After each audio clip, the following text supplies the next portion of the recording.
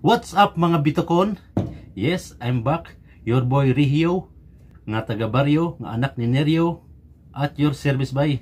Nagaingnog piolo, pihing og ulo. Merry Christmas Day mga kabitok. Kumusta atong Pasko? Kumusta atong pagselebrar?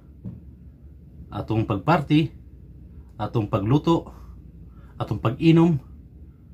Daghang ba nga hubog? Aduna ba'y nidulog og suka? Aduna ba'y Inglesera na o Inglesero? O aduna ba'y nagmaoy? Kaya wala giboto sa iyang uyab. Kumusta na mo mga kabitok? O karon no, nala ko i-share. Nala ko i-share sa inyo, nahitabo adtong hapon sa bispera sa Pasko, December 24. Atong niadto kog Agura sa may terminal sa Cagayan de Oro City, no.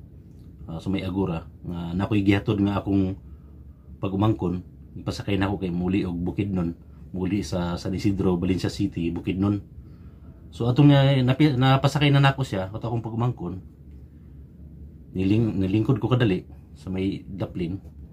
Doon ako'y nakita nga dalagita o dalaga. Dalagita siguro kay murag tan-aw na ako murag magulang na siguro kog 2 ka tuig adto. Nakita na ko siya nga gihilak nga gatawag nay ka istorya sa telepono. Ug akong gapaminawon, ako nadunggan nga niingon nga, "Ma, sundo ako diri." Sundua. So moto nga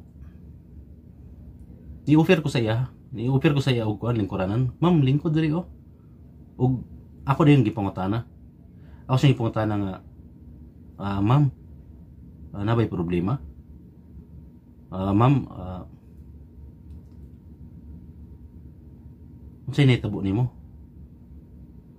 So moto niingon siya nga nawala o nahulog ang iyang kwarta. Ayang 500 nga maura niya nga 500 nga nabilin kay namalit lagi kini sa mga regalo. Ug muli ay pa siya sa Davao. Namoto sa pag nahulog siguro kuno daw matud pa niya nahulog sa pagpamalit niya og regalo ug mapagkaon handa sa ilang Noche Buena.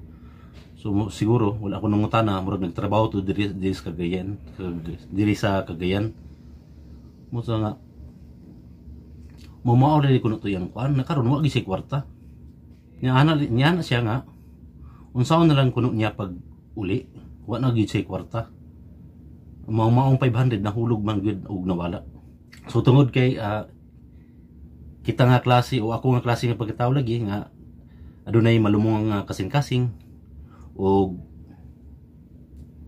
matinabangon usab gamay moto magitagaan ako siya og 100 sabay ingon nga, "Merry Christmas ma'am." Sa akong pagtunol isamot ang iyang paghilak dili ingon sa kaguol ug adunay hilak nga gibati niya nga tears, kung magatawgon nila tears of joy, ug nalipay siya og adunay tawo nga misulbad sa iyang problema anang higayuna. Ug mao tong grabe gyud niyang kalipay nga kulang na lang iya kong gakson kay nasulbad ang iyang problema. Ug mao to misakay sa bus nga paingong Davao ug mikaway pa sa kuha ug nikaway pug og balik. Then ako na feel sa akong gagalingon nga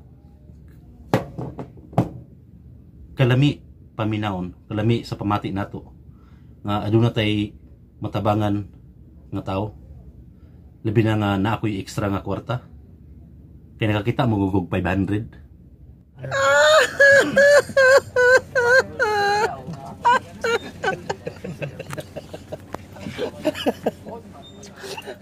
Tunya